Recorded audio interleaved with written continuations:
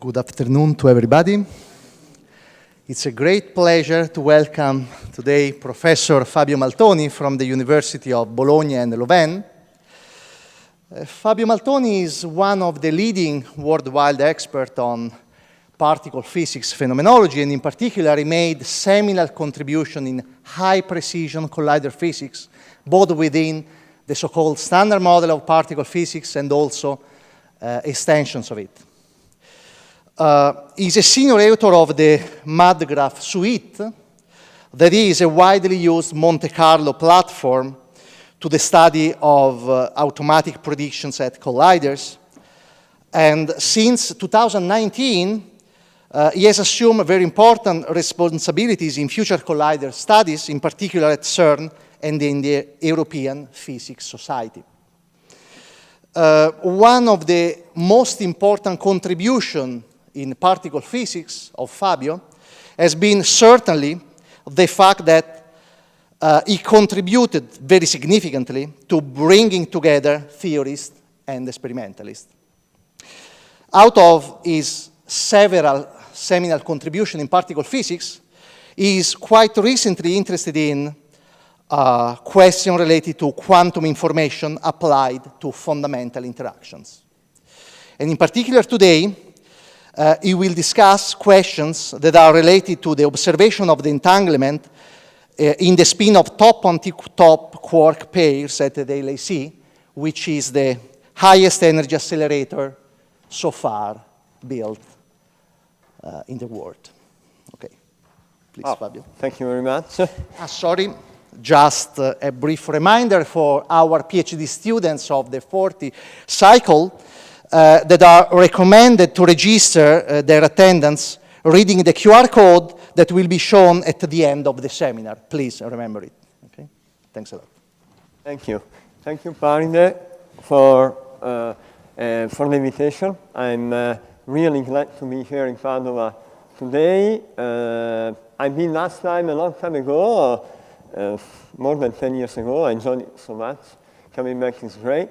Today is also a special day for me because my student in quantum information, the first student that graduated, whose work I will mention today, is graduating with a PhD right now. Is Viva is at this very moment in the UK, and so everything connects to this day.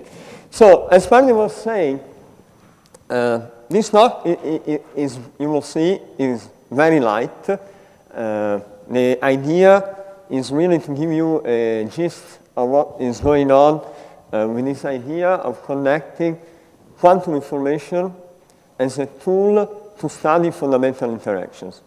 So you have heard many times, so all students of physics, when they face quantum mechanics the first time in their life, there is all this aura of mystery, or misunderstanding, all these stories and discussions between Einstein and Bohr, and the interpretation of quantum mechanics. All these topics are still and are always in our mind, sometimes in back of our mind, because we keep working with quantum mechanics on everyday life, even though sometimes we feel that we lack a deep understanding. So this has triggered many efforts, many ideas in the past years. And what is going on new in the last 30 years is the fact that as we learn in school, quantum mechanics is the theory that we use, for example, to start describing atomic phenomena that take place in the Armstrong scale. But this we learn in school, right, when we learn about the Schrödinger equation and so on. And what has been going on in the last years, I'm sketching here in a very simplistic way, this revolution that is taking place about the use of quantum information, quantum computing, quantum algorithms, quantum detectors, and so on, quantum communication, is a bit an effort to bring the physics that takes place in the Armstrong scale to our scales, right? We are going, humans, we are going to use computers, quantum computers, and our scales, or you read sometimes that two photons have been teletransported over kilometer distances, right? Trying to make quantum mechanics valid or interesting also at scales which normally are dominated by classical physics. Well, there is also another trend, actually, in the theoretical physics, which is to try to connect and try to solve one of the standing problems that is, as you know, the fact that our quantum theory is not really compatible with our description of gravity, and this has spurred to a whole lot of activities that go under string theory and all the theory and the studies of fundamental interaction at very small scales, a scales where gravity and quantum mechanics have to be merged one with another. Okay, so there is even a trend which is called it from qubit, where problems like information paradox, black holes, quantum black holes, and all of that are continuously being tested conceptually to see whether we will find a theory that merges the two. Now, there is also, and this is what more is in this talk, something less ambitious than this program that somewhat sits in the middle scales where between us now, I mean the Armstrong scale and the Planck scale, the scales that we study, that we explore at LHC. So these are order 10 to the minus 20 meters. And as we know, we learn in class, right, at these scales, the theory that we are using is the standard model, and the standard model is a quantum field theory. So you would say, well, you know, we are been using quantum mechanics together with special relativity since along the start of fundamental interactions. What is that we can learn by thinking of this more in quantum information point of view?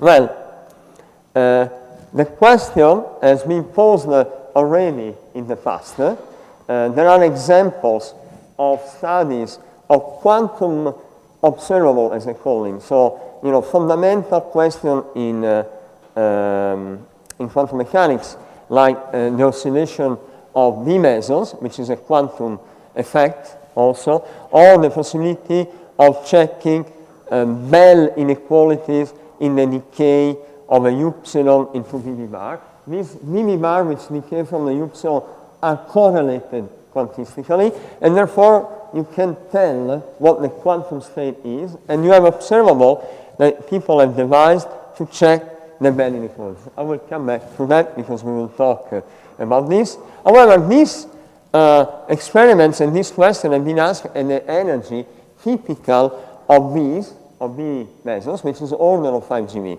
So low energy for what I'm going to say. Or other examples of these kind of studies have appeared in the past in neutrino flavor oscillations. So neutrinos are the archetype of quantum object, quantum interfering, quantum coherent states, because you know, we produce them through a flavor interaction, but they propagate through their mass eigenstate. And therefore, somewhat they propagate in a coherent way, and when we detect them, then they might be in another state of flavor. So this is an example, and I will not talk about this today, where this idea has been also been explored, and which references I'm giving there if you are interested. But what is somewhat that is changed a bit the field in the last 3 or 4 years is the fact that there has been a growing interest in trying to use quantum information ideas in the description of fundamental interactions tested at high-Q square. High-Q square, I mean order of the TV. And what is interesting also, which I will talk about in the second part of my of my seminar, then the first results have appeared a bit like 1 year ago for the first time, just after the theoretical suggestions which were made in 2021.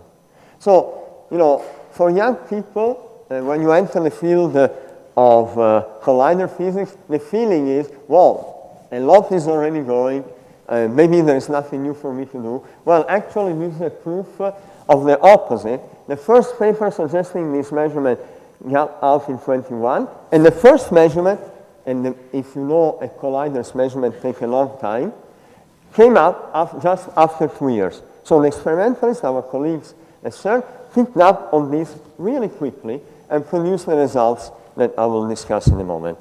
And from the theoretical point of view, there's been an increase, right, a rapid increase of interest with many papers published on the archive. So what are my personal motivations? I want to share how I feel about it. So my first motivation is that when I hear about all the progress in quantum information, all the quantum computing, I feel a bit of pride in the sense that we, all people that are working on fundamental interaction, are used to quantum field theory. And quantum mechanics is just a special case of it.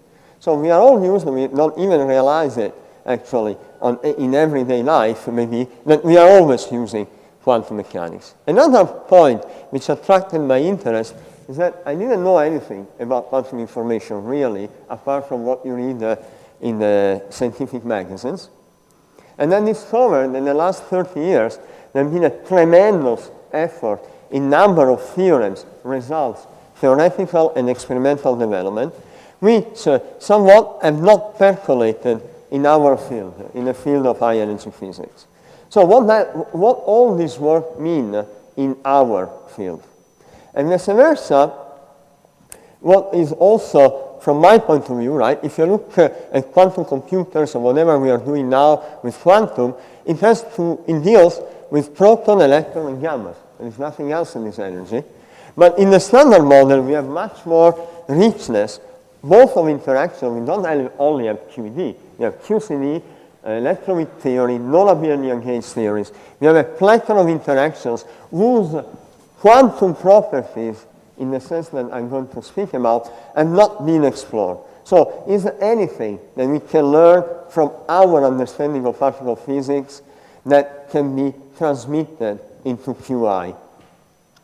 And then, of course, and this is something that I will also talk, of course, is there anything or important to know about the standard model that we have not so far studied? So, like, it's not really new physics in the sense that it's physics beyond the standard model, but is physics which we know is there, but we have not yet studied. So that's a bit the philosophy that I'm trying to follow.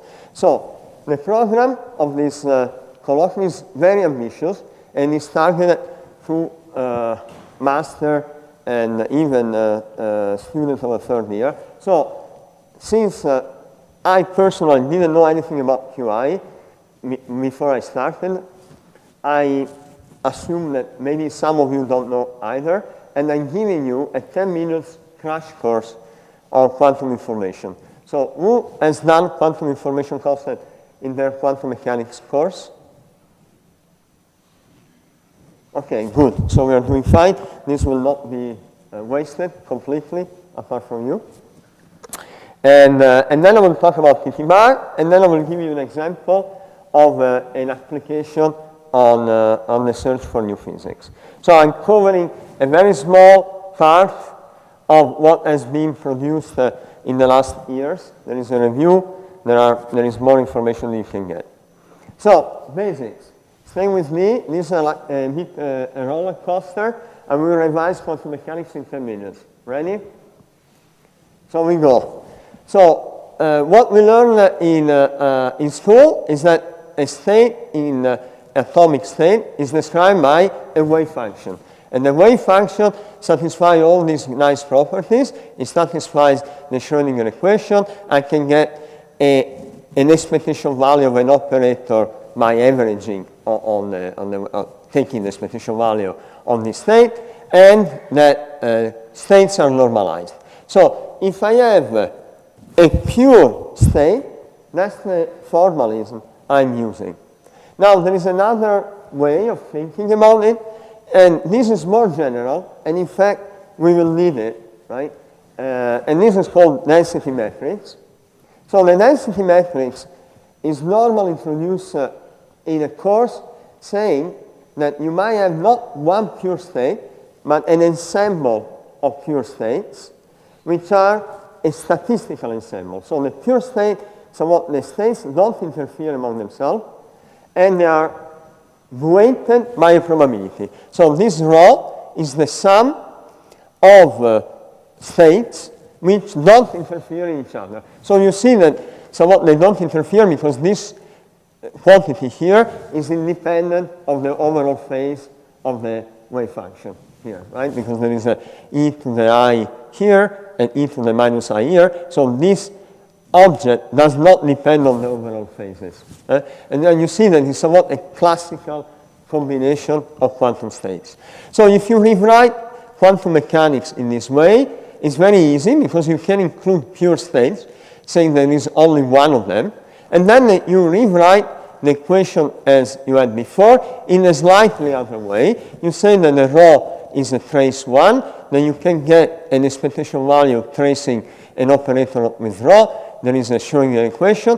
What is useful for us today is to remember that the pure state has rho, trace of rho, square equal to 1, while a mixed state, so a statistical ensemble, is trace of rho square less than 1. So this is what we use to know whether a state is pure or mixed. Now, there is another reason why we need the density matrix, which is normally not always said in quantum mechanics course, which is the fact that if you analyze a system which is composed by subsystems, then you have to use a density matrix formalism. You are obliged because even if your global system is pure, your subsystems are not in general pure, but will be mixed. So that's a necessity. We cannot go, and since we are talking about entanglement and Bell inequalities, we have to use density matrices. So that's the reason. So now the second thing that we need to know, as I mentioned, imagine you have a system which is composed by two subsystems.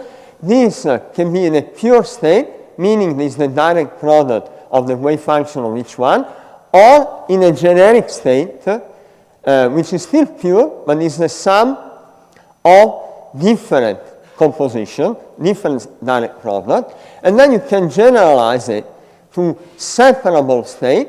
So a separable state is the analog of a state which is written in a sum of terms, and then a non-separable state.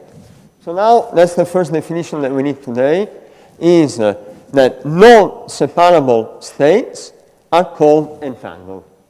So entanglement is defined by not being separable. Okay? So the real definition is separable. If you have a pure state, separable is trivial. If you have a mixed state, it's less trivial, but it's the classical composition of states which are described by direct products. Okay? Now, there are properties which are different between pure and mixed state. So one of them, which is the theorem that you need, is the fact that you can always write a pure state of a composite system in this way, right? In a way that it looks like a product, the sum of product states. So this theorem tells that the states of a subsystem are in general mixed states, and that they have the same eigenvalues, so they're equally impure. That means that if you part a composite system, when you look at one of the subsystems, they are equally impure. So, consequence, one can always think of a mixed state as a trace out of a subsystem in a large system which is pure. Okay? So whatever system of mixed state you have, you can always make it bigger, and then it might look, it can look as a pure state. And also, two subsystems that partition a pure state are entangled if and only if the reduced states are mixed. This is a strange thing, right? It means that the more entangled is a state, the total state, the more correlated the entangled it is and pure, then the less pure are the subsystems. Okay? So this is I left you a proof, a one-page proof of this. So if you're curious to prove it, just go through the proof. It takes a few lines. And this is also a bit counterintuitive normally. Another point which we will need is how to quantify entanglement. So you can say that the system is entangled, but you have to tell how much. Because it's not by saying it's entangled that you describe it all. So can you have a marker, a measure, and tell how entangled is a system if a system is more entangled than another? The answer is yes. If it's a pure system, a pure state, sorry, a system is in a pure state, and it has two subsystems A and B, then you can write a quantity which comes from tracing over the subsystems, and you can compute a quantity which is called concurrency, and the concurrency is symmetric, and it tells you, look at what it tells you. It tells you that if the trace of the square, so the subsystem is mixed, okay, then the concurrency, right, is maximally mixed, the concurrency is higher, okay, which means that the entanglement is higher, okay? So for pure state, we just compute the trace of the subsystems. The more mixed they are, the more entangled is my system. But for mixed states, it's much more difficult. So these are theorems in quantum information. I'm not going to use this in a direct way. I will be using it in my language, and I will not discuss it. So there are, what I want to make you understand is that if a composed system is pure, then there are a lot of theorems that tell if it's entangled or not, and I can measure the entanglement easy. If a system is mixed, it's much more difficult, and only few systems are fully mapped, like 2 qubits, or 1 qubit and 1 qubit, but more general systems, it's not an easy problem to check whether it's entangled or not. It's an NP problem, actually. So it's hard to tell whether a mixed state is actually entangled or not. And that's what adds to the complication. Okay, so now I need the last thing, but this we know, this we learn in school. So the other concept that we have to learn is that of Bell inequalities. So this is a 2 slides of Bell inequalities. I'm not going to go through them. I just remind you that Bell inequalities arise when you have a system that you assume that have elements of reality, and you make experiments, you make measurements which are separated by space-like distance. Okay? Then, not having to do anything in quantum mechanics, so remember, Bell inequalities in principle have nothing to do with quantum mechanics. You can talk about Bell inequalities in any formalism, in any theory, right? Bell inequalities are out of quantum mechanics. Entanglement is in quantum mechanics. Entanglement is a property that exists in quantum mechanics. Okay, that's the difference between the two. So being out of it, I can test quantum mechanics with it, so to speak. And then, again, textbook, you do this measurement, uncorrelated measurement on 2 different axes, and you prove that by local reality, this special expectation value has to be smaller than 2, right? You take measurement on 2 sides, you make a table of your measurement, you calculate the expectation values, you put them together, they should be smaller than 2, then you go to quantum mechanics, a model, you test it, and you find that quantum mechanics violate these relations, okay? But conceptually, these are 2 different things, okay? They don't, I mean, you can test Bell inequalities on theories which go beyond quantum mechanics. However, and this is the final slide for this introduction, there is something that you have to understand and to know to appreciate what follows, that if you have pure states, entanglement implies Bell violation and vice versa. So there is a simple theorem which is shown in a slide which I will make available. It stays in one slide, which tells you that you have a composite system is in a pure state. This one will violate Bell inequalities.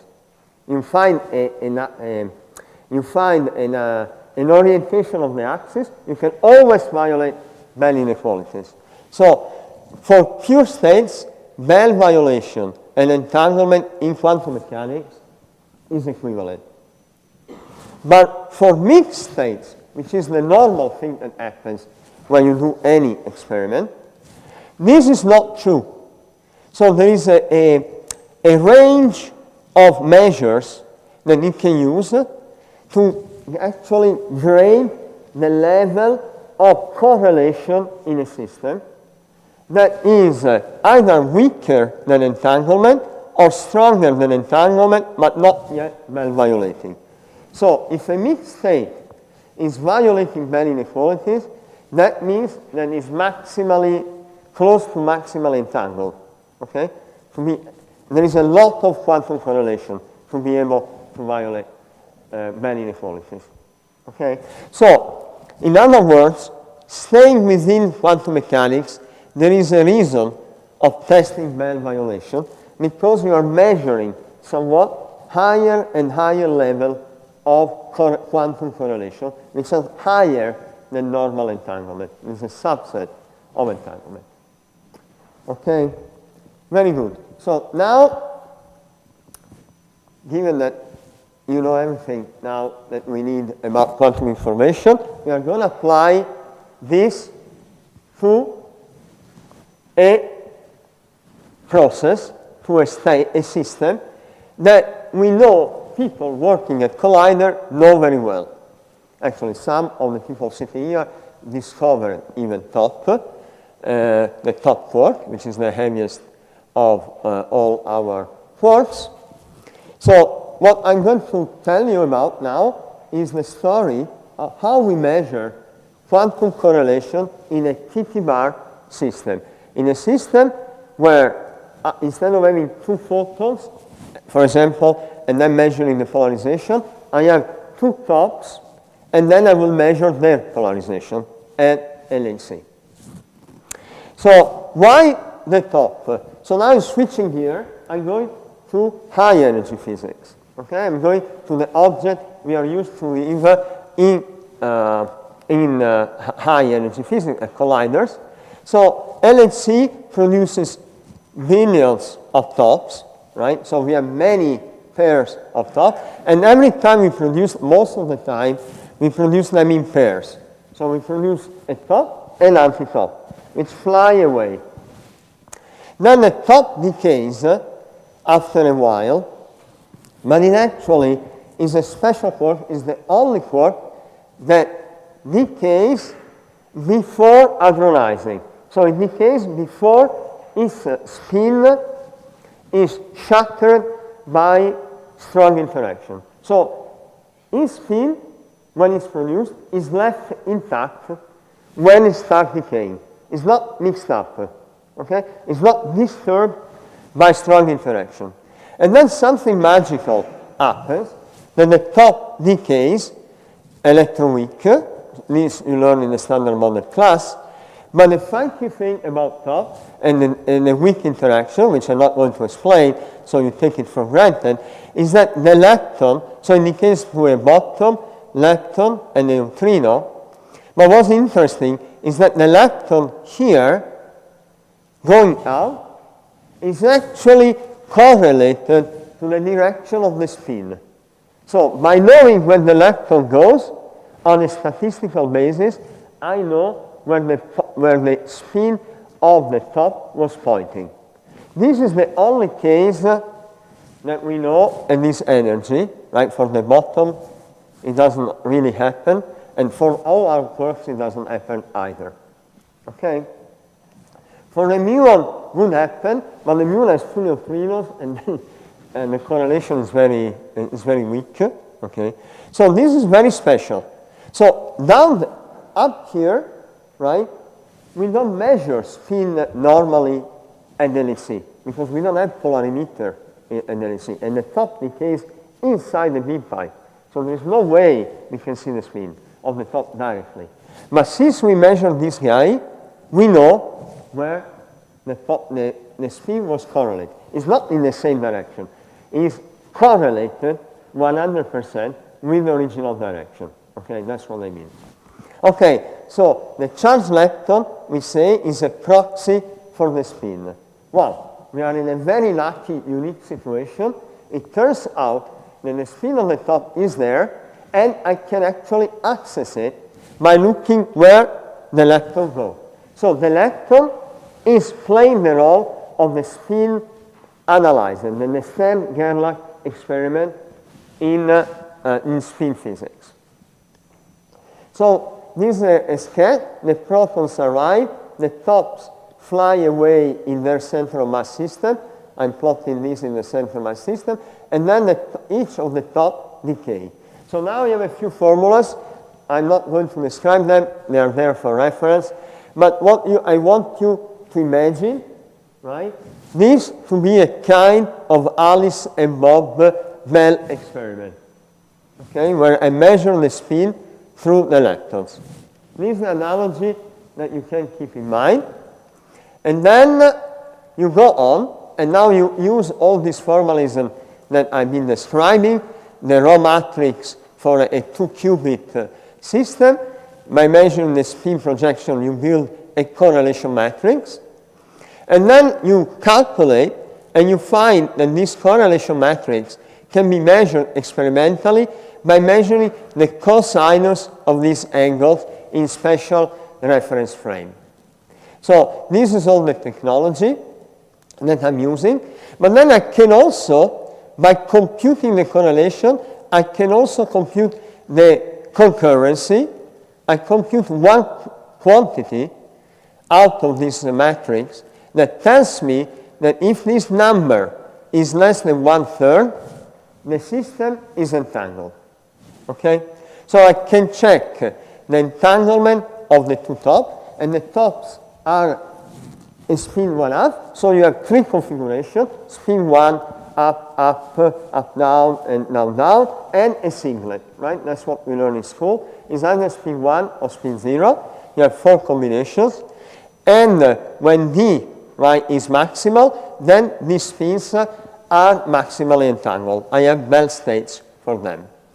And I can also, by choosing cleverly the axis, I can also test Bell by choosing a reference frame in a maximal way. I told you that there is a theorem that tells me that by choosing the axis smartly, I can test the Bell. So this is the proof. Again, it's 1 page. Doesn't take long if you're curious. You can choose the best configuration of axis. Summary, I can, by looking at the lepton correlation, determine this value. I stress it because we will see it later. If this number, so you associate one number. So you calculate only one thing, one marker. And if this is smaller than 1/3, the system is entangled. If this combination of correlation matrix is less than square root of 2, then there is Bell violation. So I have two markers that I can just measure on a statistical basis and then determine if my system is entangled or even more if it's Bell violating, which is more than entanglement, right? It's this red dot in my plot. So I do the Monte Carlo simulation, and then discover interesting aspect that the tops are fully entangled. So beta is the speed at which the tops come out. So if they are very, very slow, if they are very close and slow, they are fully entangled at any angle. This is the polar angle. It's not written here, but there, Sarah. So there is only, there is the speed and the angle. So at any angle, they are correlated at threshold, and this is in a spin singlet state. And then at 90 degrees, they are fully correlated in a Bell state if they fly away at very high speed at 90 degrees. I have two regions where they are in a Bell state. They are fully maximally entangled, okay? The threshold and at high PT, right? When they fly away very high PT at 90 degrees, there is a spin triplet state. Very good. So, can we see this? So this is a paper of 21, is our first paper. Claudio is graduating today, as I mentioned. And we came up with this preliminary study, and what we said, other groups did too. We are not the first. And what we said is that we could measure entanglement easily, but at threshold, and this is shown here, but for Bell inequalities, you need to go a high PT, and this will take more time. But at threshold, it should be easy to measure right away. And 2 years later, these are Atlas results and CMS results. These are the two major collaboration, high Q-square collaboration, the only one and two major at LHC. So remember, my marker of entanglement is this variable D. If D is less than 1/3, the system is entangled. So this is the measurement. This is a plot in invariant mass. So I look at the first beam. Here the top go very slowly. They are at threshold. This is the theory prediction.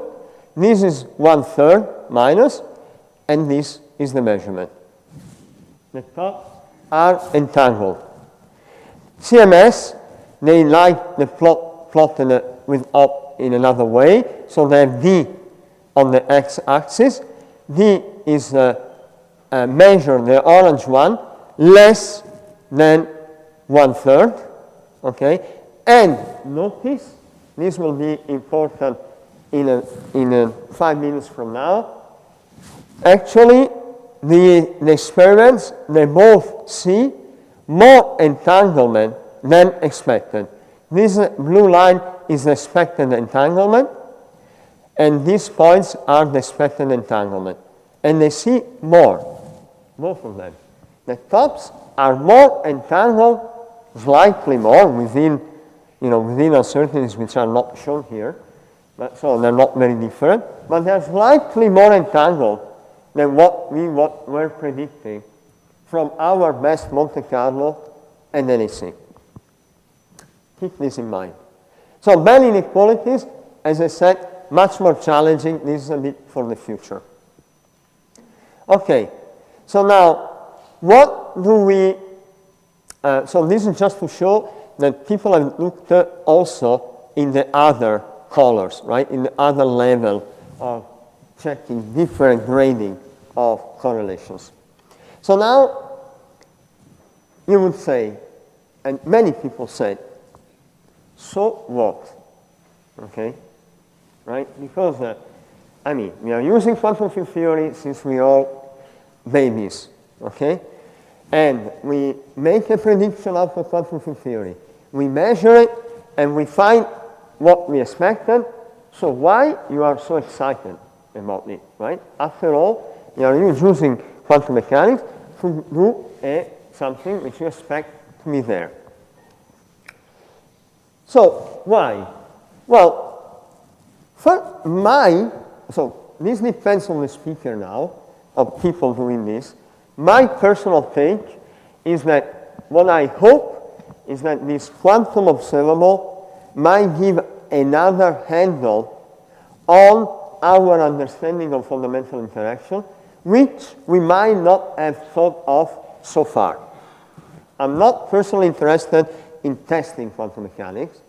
I'm a standard model guy mostly, so I believe quantum field theory for sure, at least in these scales.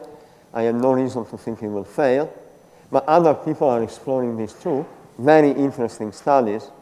But personally, my take is, can I use quantum information to test fundamental interaction? Can I add another observable that might be more sensitive to new physics?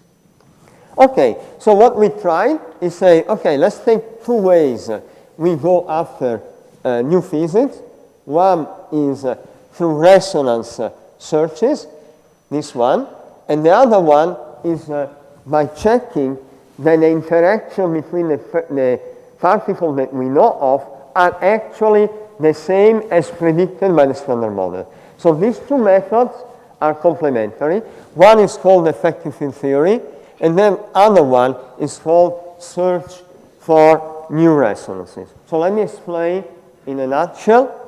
So what is SMACT, the standard model? So you take the standard model Lagrangian that you write on your preferred T-shirt, right? Is very short, very compact. It has even more symmetries than what we ask for. We ask for some properties and we get out more. So our intuitive explanation of this is like a spherical cow, right? In the sense that it's a perfect sphere for many reasons, super simple model of fundamental interaction. And what this math does is that it deforms it, okay?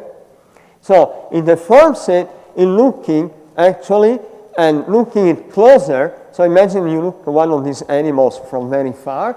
They look like little spheres. You get closer and you recognize the detail. So this will be the discovery of new physics complete. What we can do in the intermediate step is to look for deformations of my sphere. That's the idea of an EFT, graphical idea. Then technically what I do, I add higher dimensional operators which parameterize this deformation.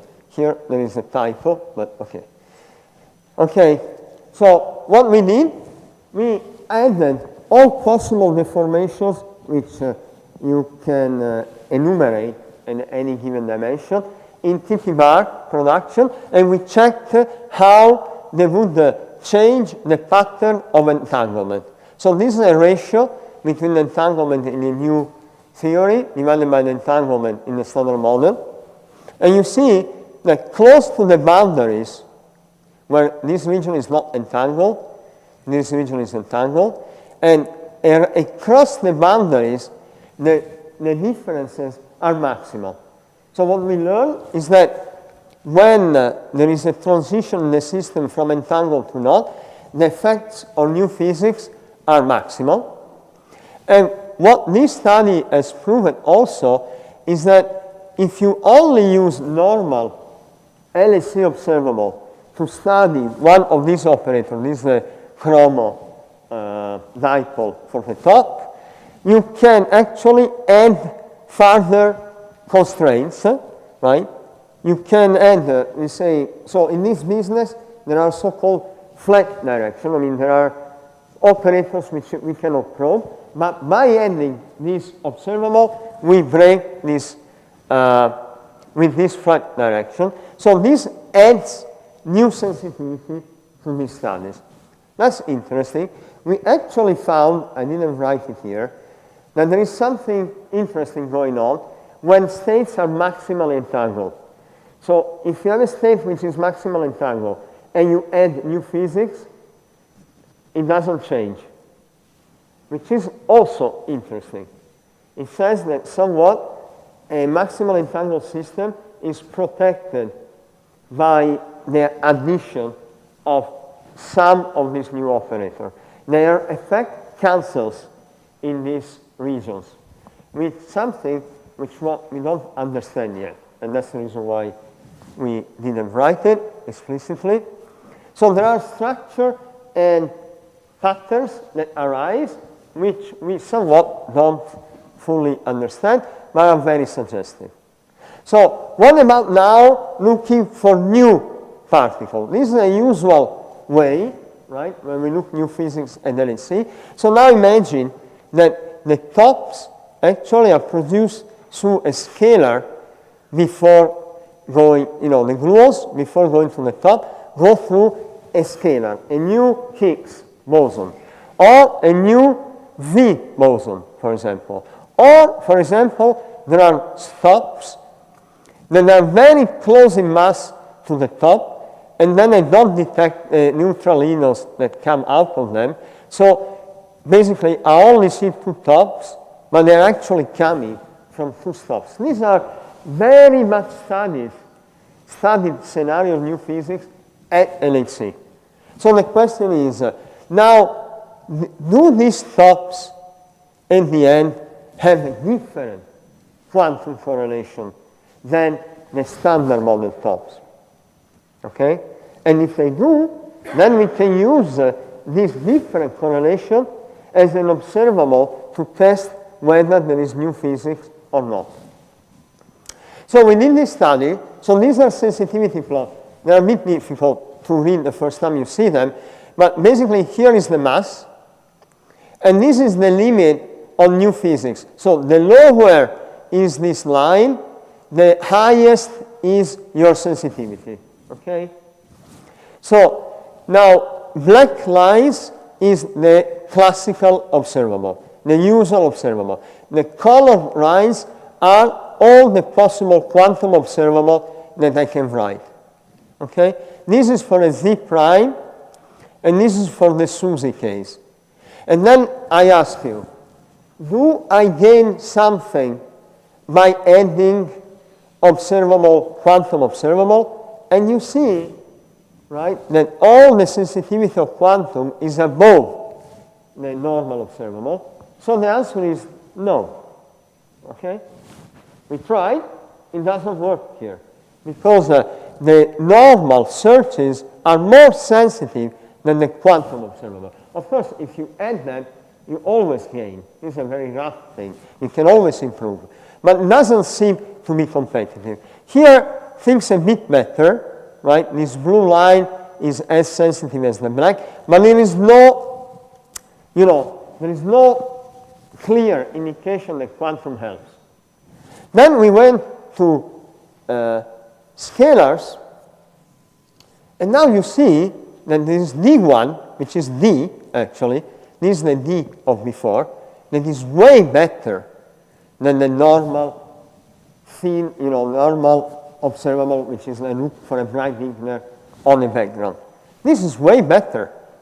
And even for this is for a pseudoscalar, and this is for a scalar, there are observables which are better than the normal searches. So this actually gives hope that you can use these observables in a useful way. So now you tell, well, you just told me 10 minutes ago that the experiments at CERN had measured entanglement for TT bar, but actually what they found is that their measurement gives more entanglement than what you would expect from QCD only.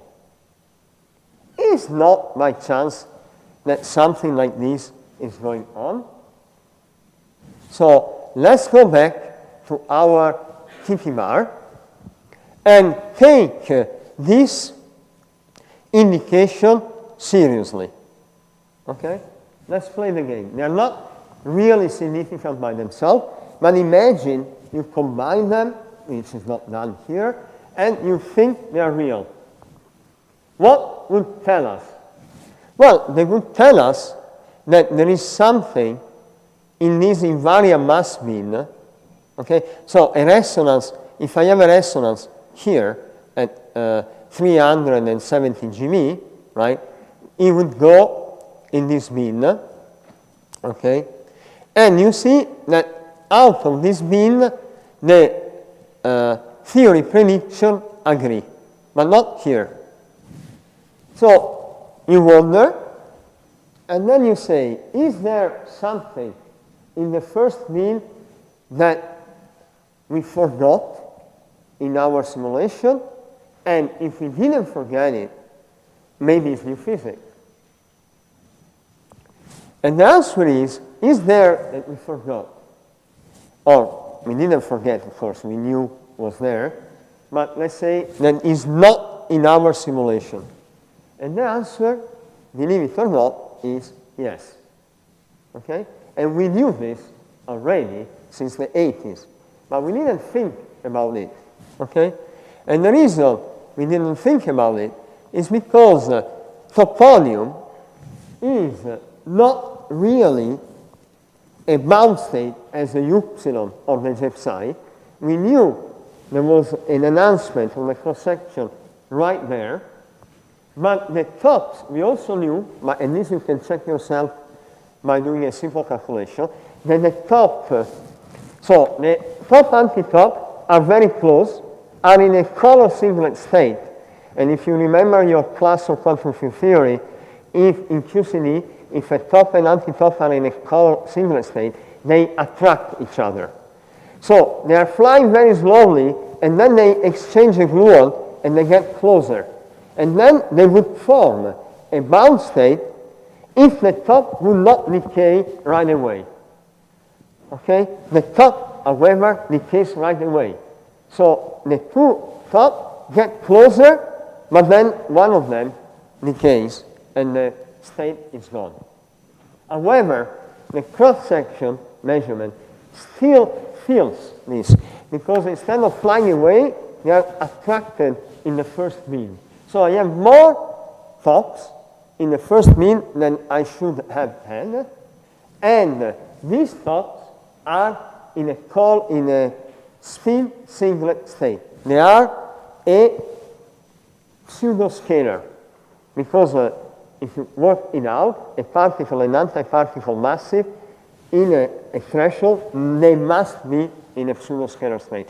They cannot be in a scalar state because that is suppressed by the angular momentum.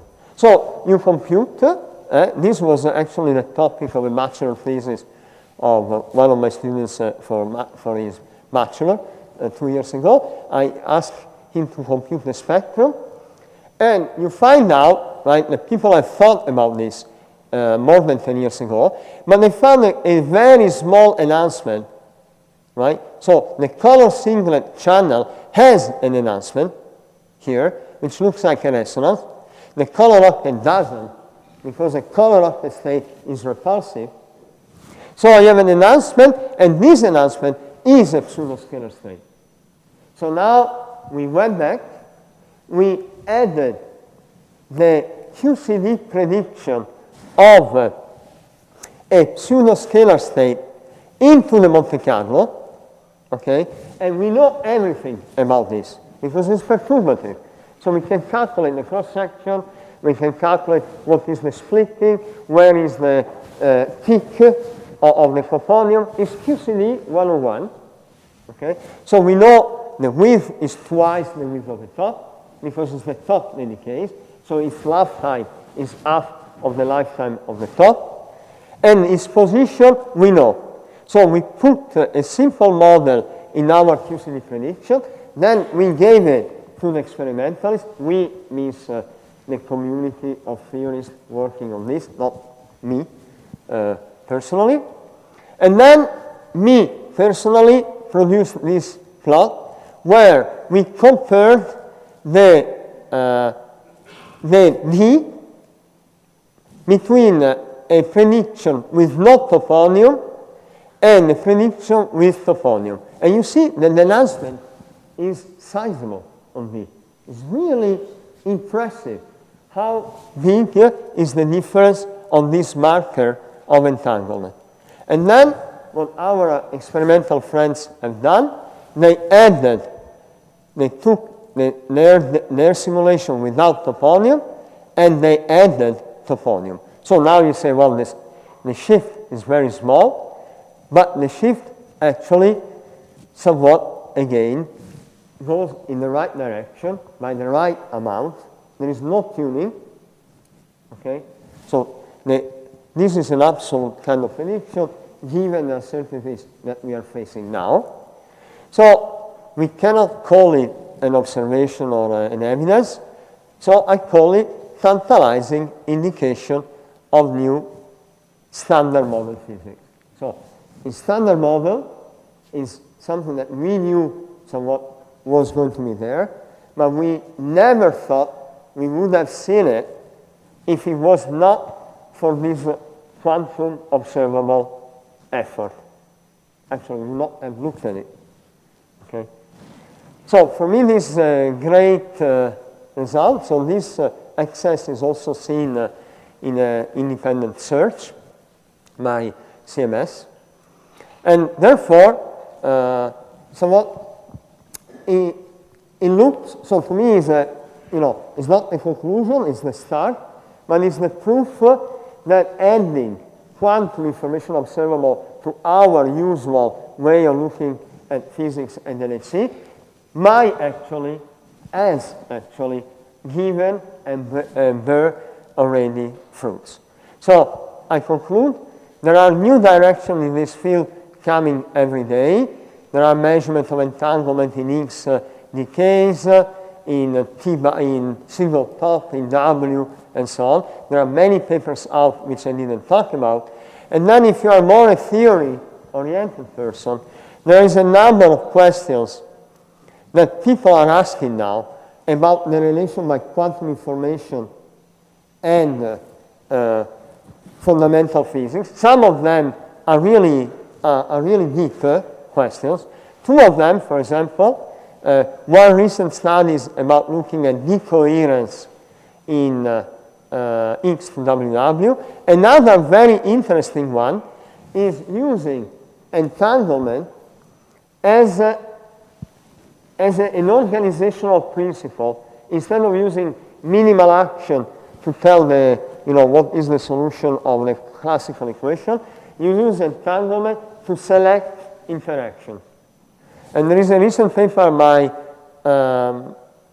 Jesse Taylor and collaborators where they show that by asking minimal entanglement, they actually derive the CKM structure. Okay? Or they have indication about this hierarchy in the CKM diagonal of diagonal, both for quarks and for leptons. So using as organizing principle, I demand that my interaction minimally entangle particle or maximally. There are studies in both directions. And this is very speculative, but quite interesting. So this is it. I just wanted to tell you a short story, which I think has just started, and which I hope will attract more and more new energies and interest from colleagues and from future colleagues. Thank you very much.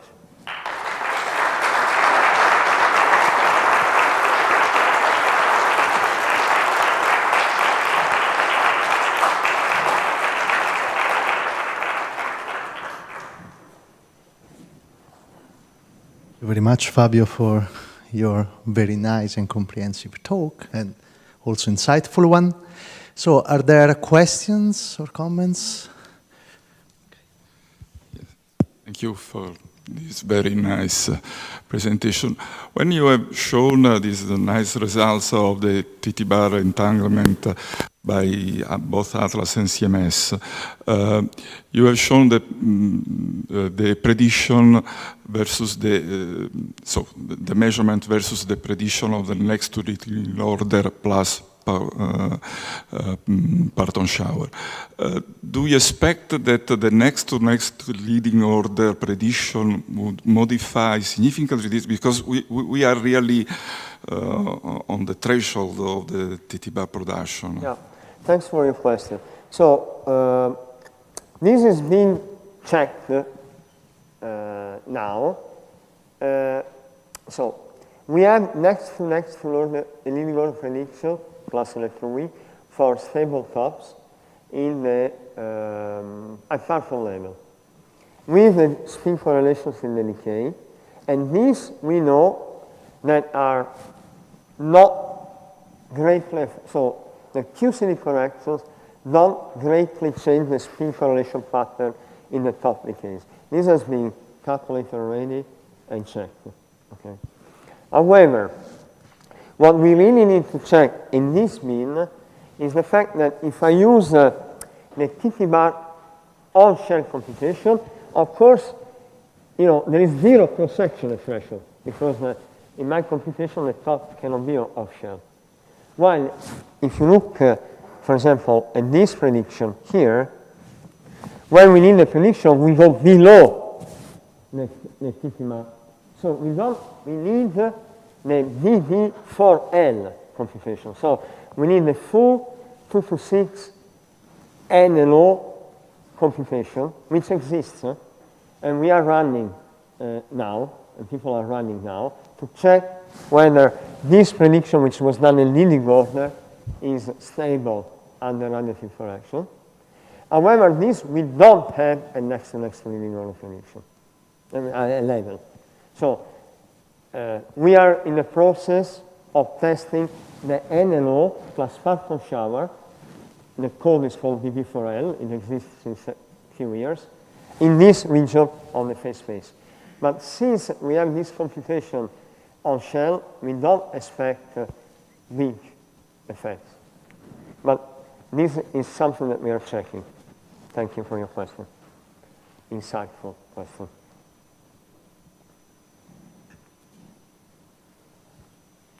Angled. So, just out of curiosity, assuming order 1 Wilson coefficients, what is at a scale for the operator 6 closer to what could be achievable in the future machines? What would be the access in D with respect to the expectation? Because now you explain finally. For EFT? Yes. Okay, so. Because now you explained with the toponium the discrepancy with respect to what was previously mentioned, but now imagine there is something at the scale which is accessible, say 20 TV or something like that, and order 1 Wilson coefficient for the operator 6. That's a good question. So of course, in general, right, all of us will be more happy if we see a resonance than if we see. Yeah, fine, but you know, we are not so. But you know, just to play the game, as you know, the EFT is very hard, right, to constrain because you have to do it globally. So you have to have many different observables and measurement to constrain all these dimensions in the space. So what we have done so far is our toy fits, where we try to use this observable to break the degeneracies. Okay, so we don't know yet what is the final impact that we'll have on the global fit. But I mean, so what we are in the step before, where we see on toy fits that the spin correlation observable, if you want to call that with a less glamorous name, what is their impact on breaking these degeneracies? So this has been done already for top decays, this plot here, and these helps, so we will be using them. But I cannot quantify on a 30-dimensional space how much this helps in terms of a new physics scale right now. It's a too difficult question. But I mean, my eye, I don't expect it will make a big difference.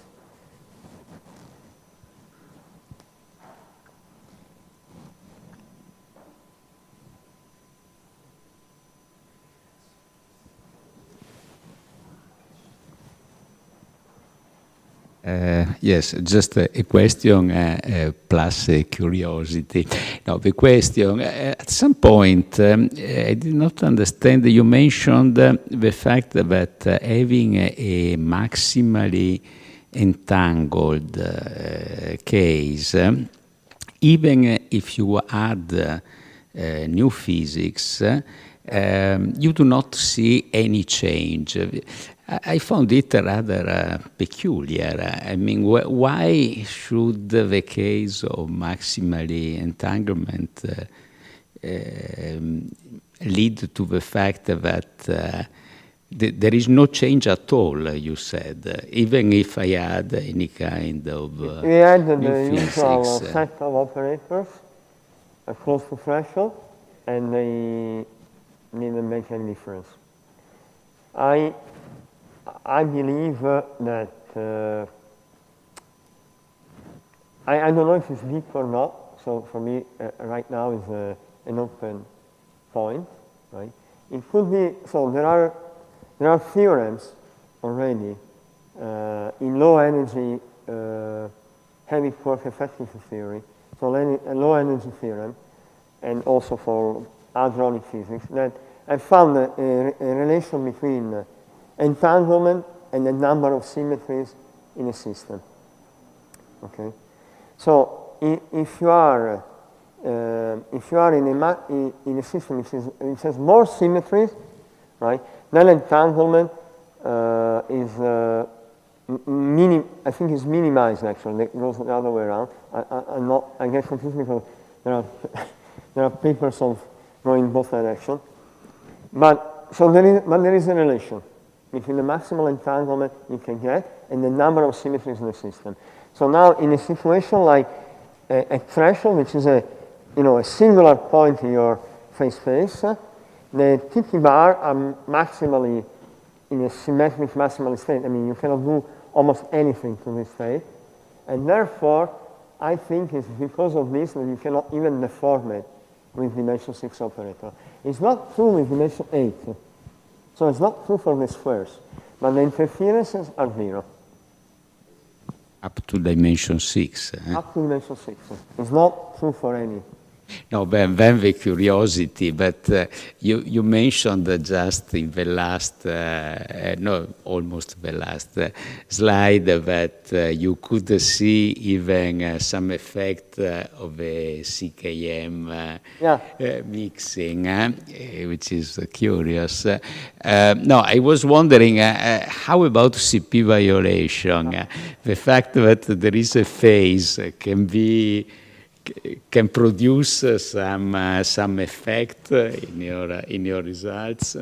I'm sorry, I cannot answer this question today. I guess so. Yes. Yeah, we are looking into it. Yes. It's a very tantalizing idea. Yeah. So there was an exploratory paper by José Latorre and collaborators in Milan in 2017, where they, by imposing maximal entanglement in electron scattering, they derived a bound on centimeter W, for example. Yeah. By generic scattering, generic Lorentz invariant, then you impose that the states are maximal, that your interaction allows for maximal entanglement in the end, and you get a limit on centimeter W. Also suggestive.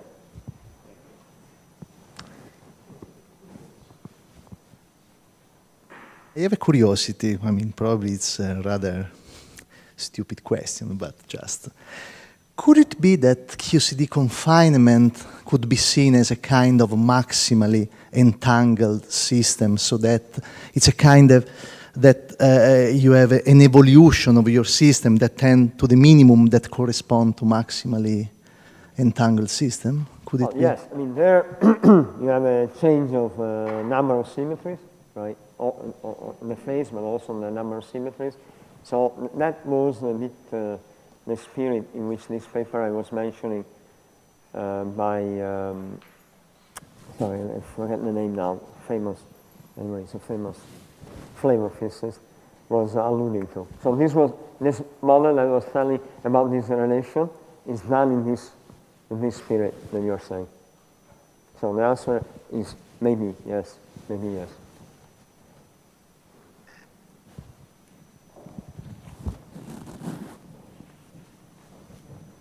I also strongly encourage young people, in particular students, to ask questions. I mean, you shouldn't be shy, and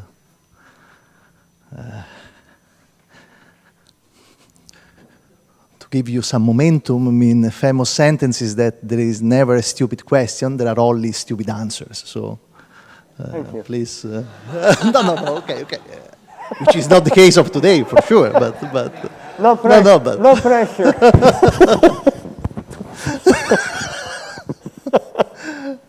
Okay. No? Okay. But if not, let's really thank Fabio again for your great talk.